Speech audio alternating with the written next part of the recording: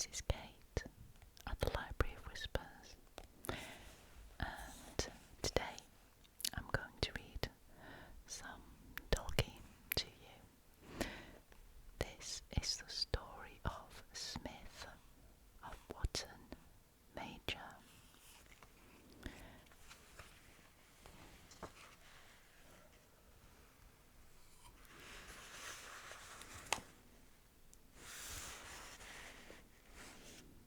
Let's begin.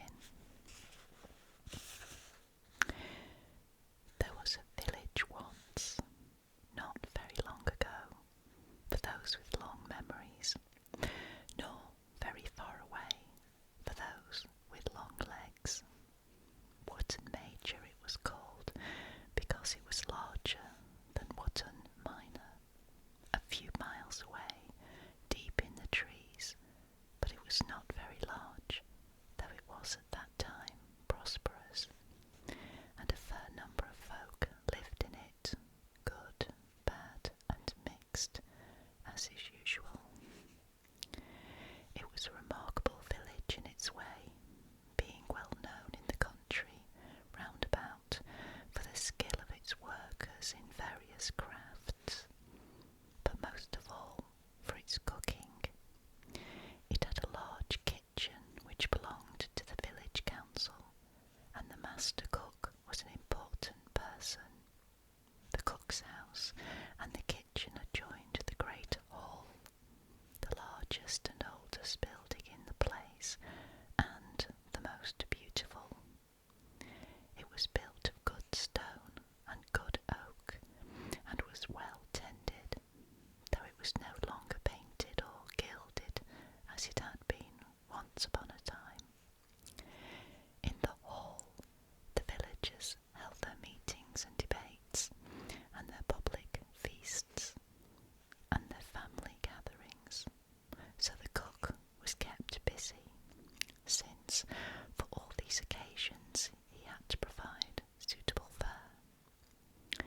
For the festivals, of which there were many in the course of a year, the fare that was thought suitable was plentiful and rich. There was one festival to which all looked forward, for it was the only one held in winter.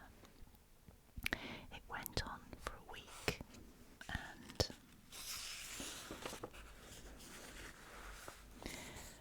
on its last day at sundown, there was a merrymaking called the Feast of Good Children, to which not many were invited.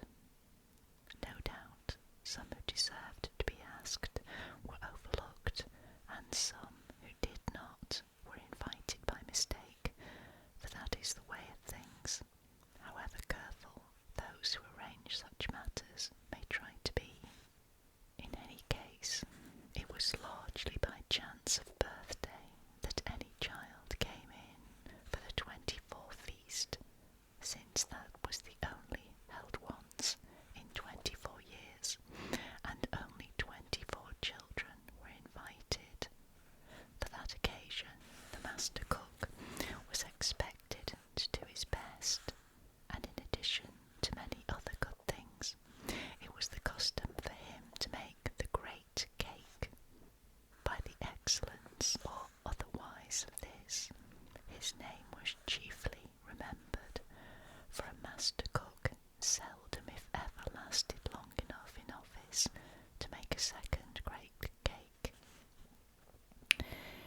There came a time, however, when the reigning master cook, to everyone's surprise, since it had never happened before, suddenly announced that he needed a holiday, and he went away, no one knew where, and when he came back some months later, he seemed rather changed.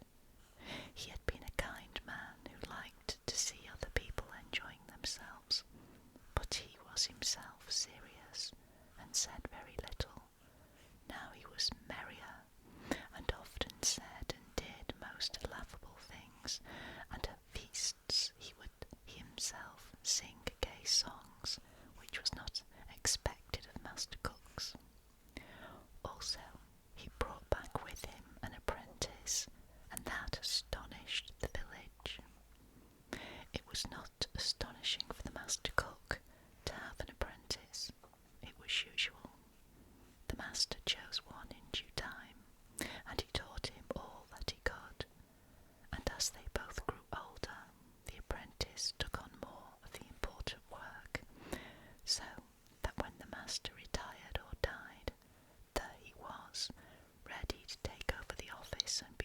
master cook in his turn, but this master had never chosen an apprentice. He had always said, "Time enough yet," or "I'm keeping my eyes open, and I'll choose one when I find one to suit me." But now he brought with him a mere boy, and not one from the village. He was more lithe than the Wootton lads, and quicker, soft-spoken and very polite, but ridiculously young for the work, barely in his teens by the look of him. Still, choosing his apprentice was the master cook's affair, and no one had the right to interfere in it. So the boy remained and stayed in the cook's house until he was old enough to find lodgings for himself. People soon became used to seeing him about, and he made a few friends. They and the cook called him Alf, but to the rest he was just Prentice. The next surprise came only 3 years later. One spring morning, the master cook took off his tall white hat, folded up his clean aprons, hung up his white coat, took a stout ash stick and a small bag, and departed. He said goodbye to the apprentice. No one else was about. "Goodbye for now, Alf," he said. "I leave you to manage things as best you can," which is always very well. "I expect it will turn out all right. If we meet again, I hope to hear all about it. Tell them that I've gone on another holiday, but this time I shan't be coming back again." There was quite a stir in the village when Prentice gave this message to people who came to the kitchen. "What a thing to do," they said, "and without warning or farewell. What are we going to do without any master cook? He has left no one to take his place." In all their discussions, no one ever thought of making young Prentice into cook. He had grown a bit taller, but still looked like a boy, and he had only served for 3 years. In the end, for lack of anyone better, they appointed a man.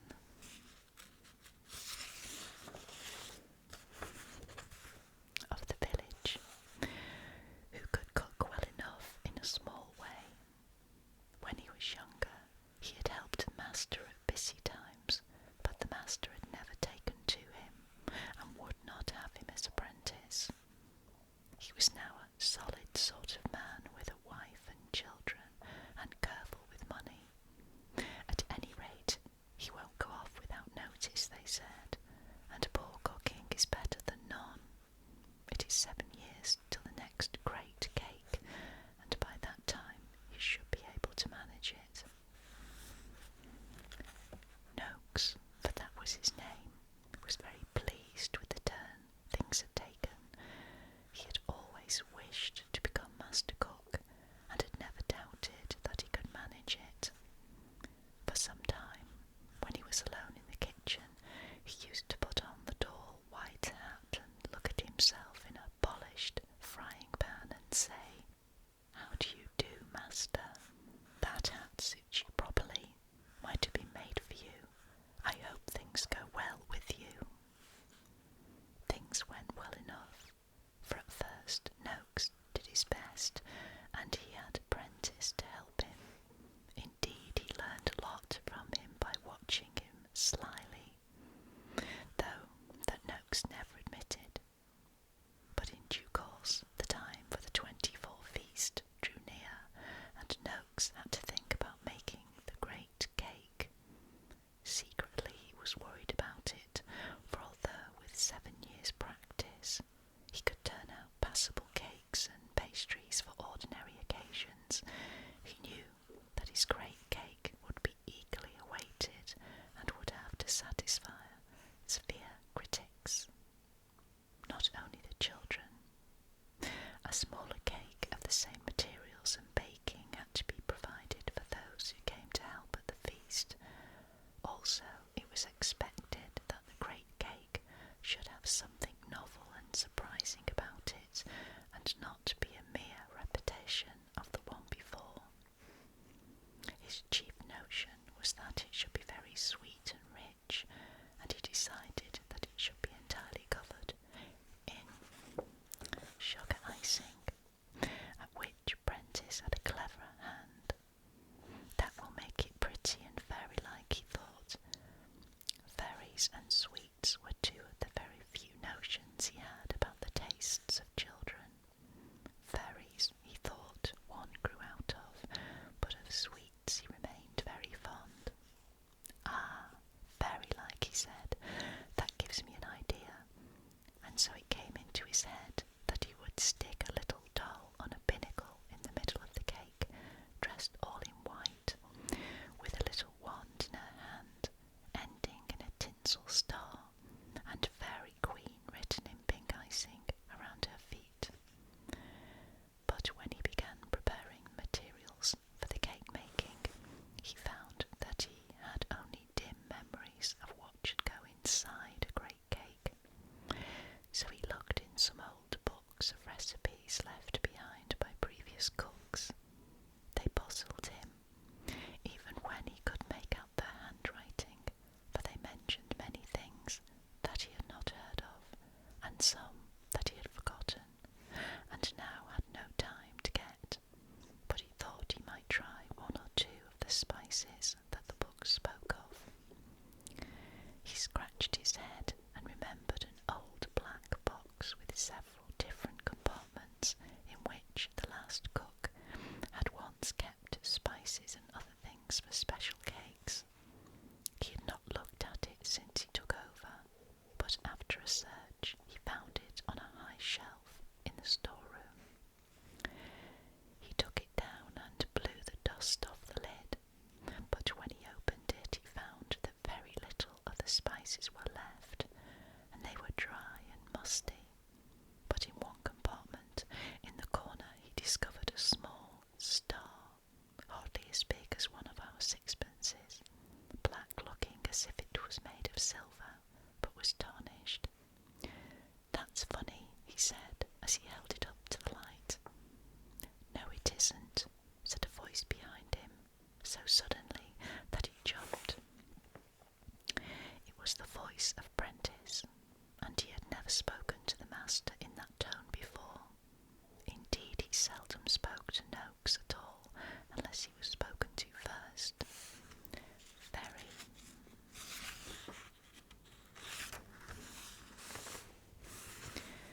Right and proper in a youngster.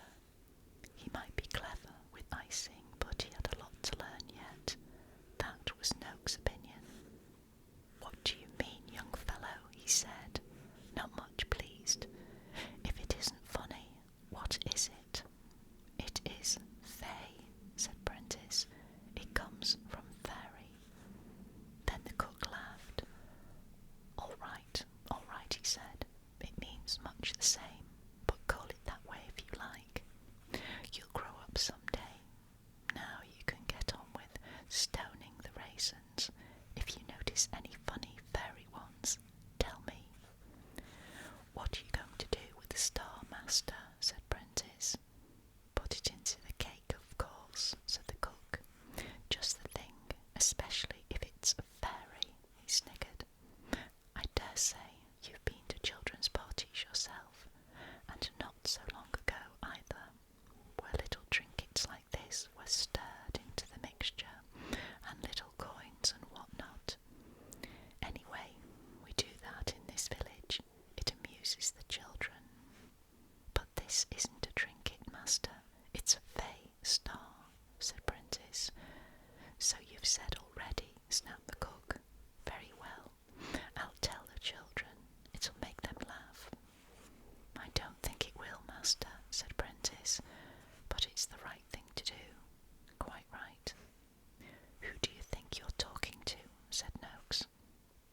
In time, the cake was made and baked and iced, mostly by Prentice. "As you are so set on fairies, I'll let you make the Fairy Queen," Noakes said to him. "Very good, master," he answered. "I'll do it if you are too busy, but it was your idea and not mine.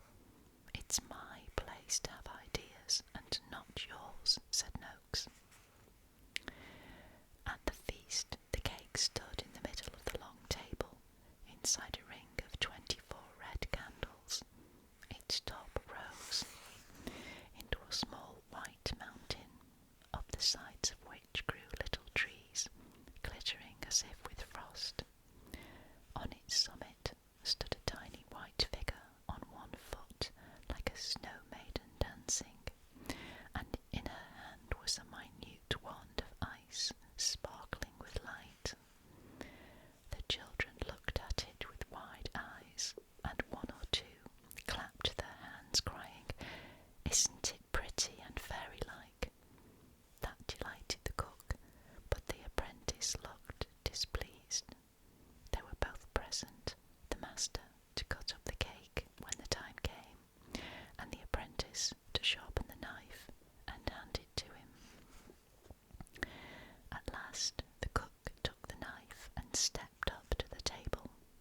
"I should tell you, my dears," he said, "that inside this lovely icing there is a cake made of many nice things to eat, but also stirred well in there are many pretty little things, trinkets and little coins and what not, and I'm told that it is lucky to find one in your slice. There are 24 in the cake, so there should be one for each of you if the fairy queen plays fair. But she doesn't always do so. She's a tricky little creature. You ask Mr. Prentice." The apprentice turned away and studied the faces of the children. "No, I'm forgetting," said the cook. "There's 25 this evening. There's also a little silver star, a special magic one, and so Mr. Prentice says. So be careful. If you break one of your pretty front teeth on it, the magic star won't mend it, but I expect it's a specially lucky thing to find, all the same." It was a good cake, and no one had any fault to find with it, except that it was no bigger than was needed. When it was all cut up, there was a large slice for each of the children, but nothing left over. No coming again. The slices soon disappeared, and every now and then a trinket or a coin was discovered. Some found one, and some found two, and several found none, for that is the way luck goes. Whether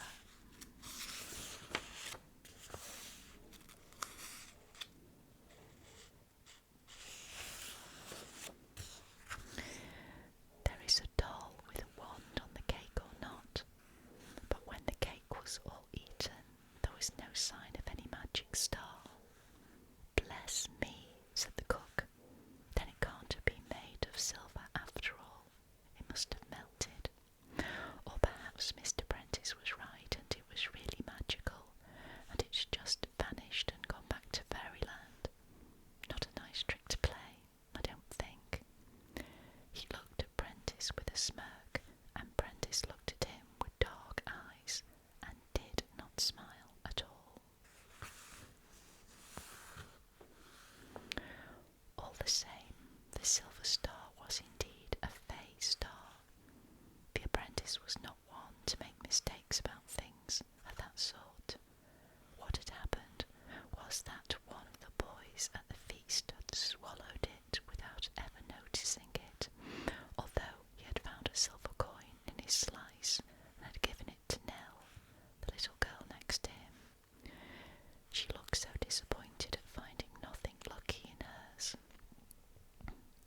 He sometimes wondered what had really become of the star, and did not know that it had remained with him, tucked away in some place where it could not be felt. But that was what it was intended to do. There it waited for a long time, until its day came. The feast had been in midwinter, but it was now June, and the night was hardly dark at all. The boy got up before dawn, for he did not wish to sleep. It was his 10th birthday. He looked out of the window, and the world seemed quiet and expectant.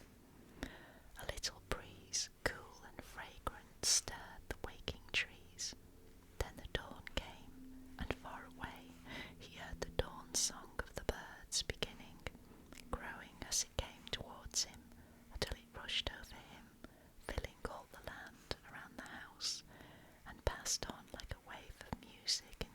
west as the sun rose above the rim of the world.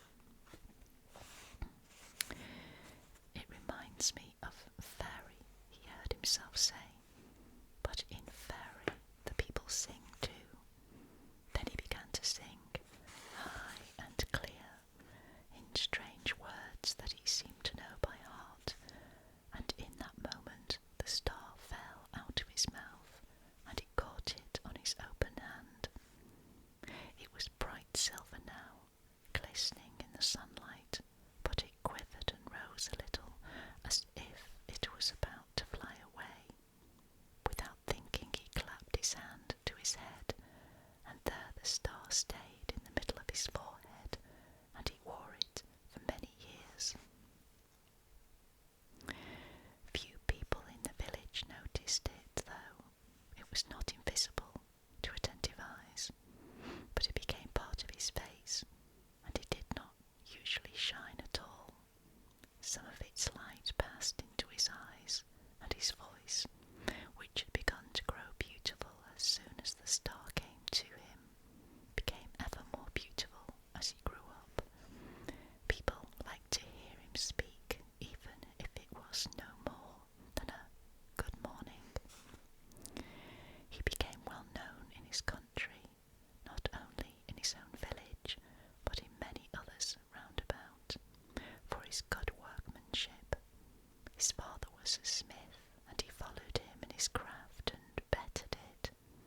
Smithson he was called, while his father was still alive, and then just Smith, for by that time he was the best smith between Far Eastern and the Westward, and he could make all kinds of things of iron in his smithy.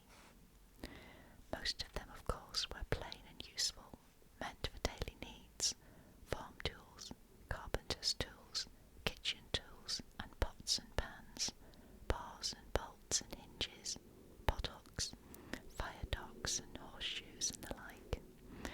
They were strong and lasting, but they also had a grace about them, being shapely in their kinds, good to handle and to look at.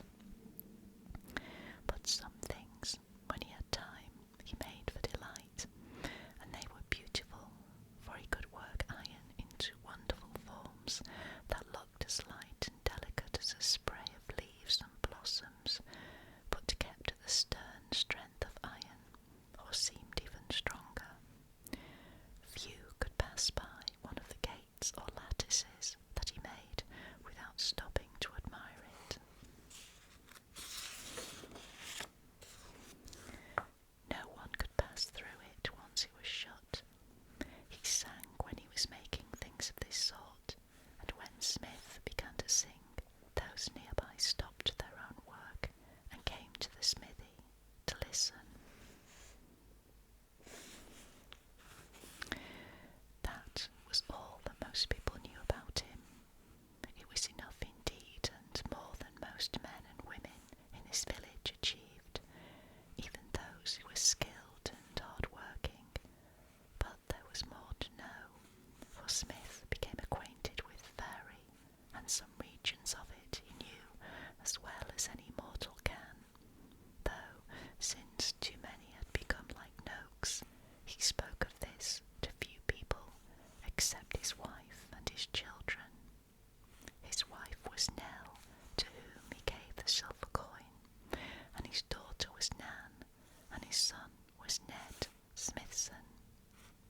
From them it could not have been kept secret anyway, for they sometimes saw the star shining on his forehead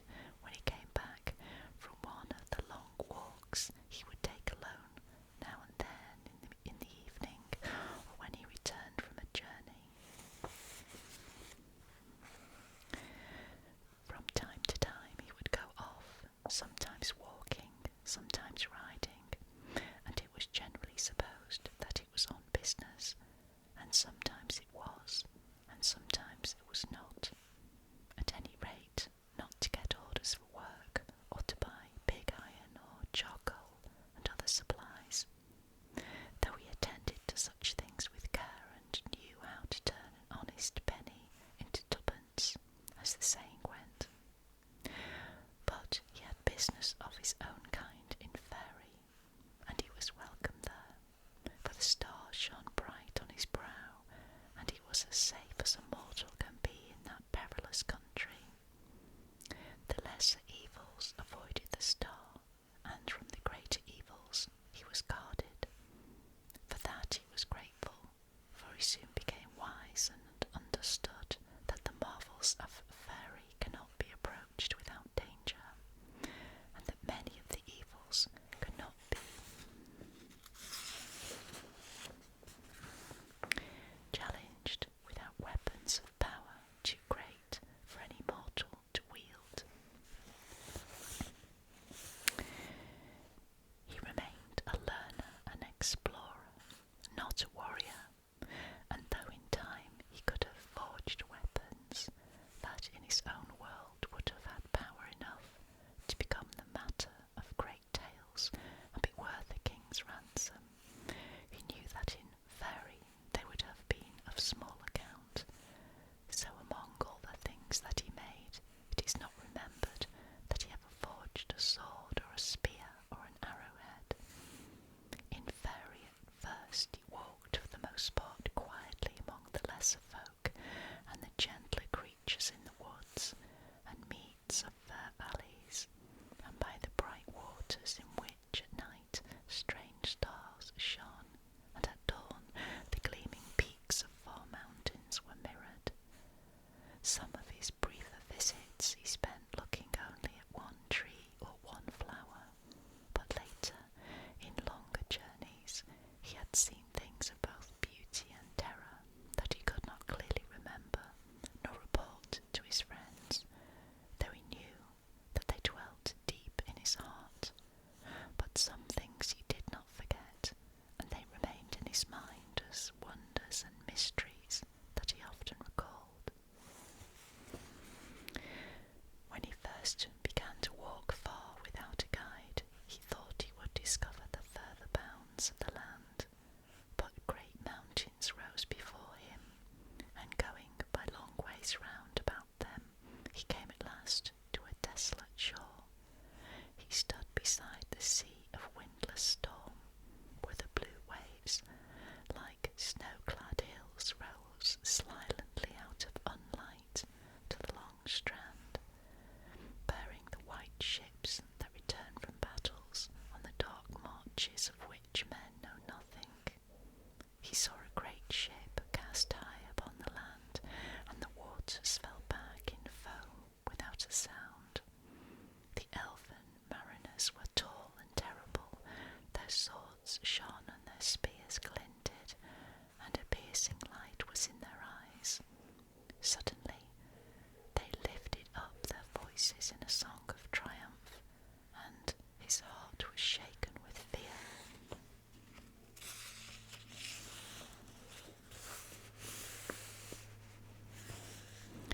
And he fell upon his face, and they passed over him and went away into the echoing hills.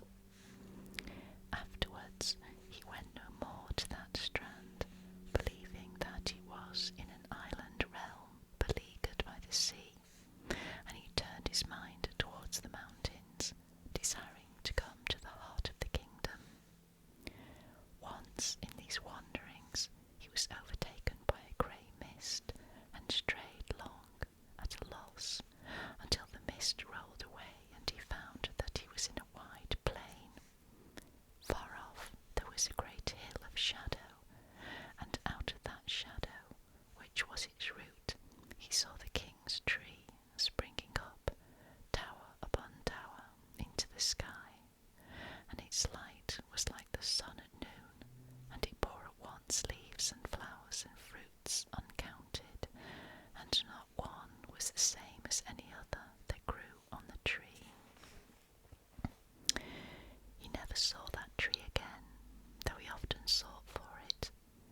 On one such journey, climbing into the outer mountains, he came to a deep dale among them, and at its bottom lay a lake, calm and unruffled, though a breeze stirred the woods that surrounded it.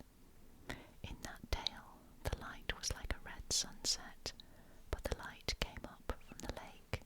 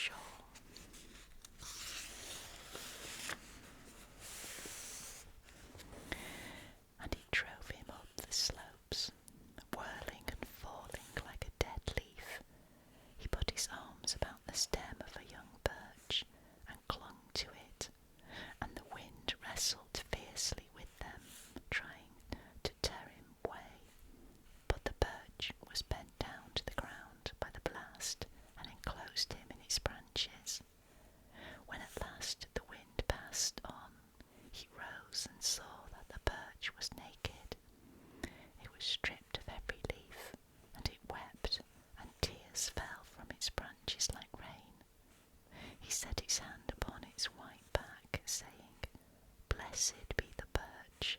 What can I do to make amends or give thanks? He felt the answer of the tree pass up from his hand. Nothing, it said. Go away. The wind is haunting you. You do not belong here. Go away and never return. As he climbed back out of that dale, he felt the tears of the birch trickle down his face, and they were bitter on his lips. His heart was saddened as he went on his long road, and for some time he did not enter Fairy again. But he could not forsake it, and when he returned, his desire was still strong.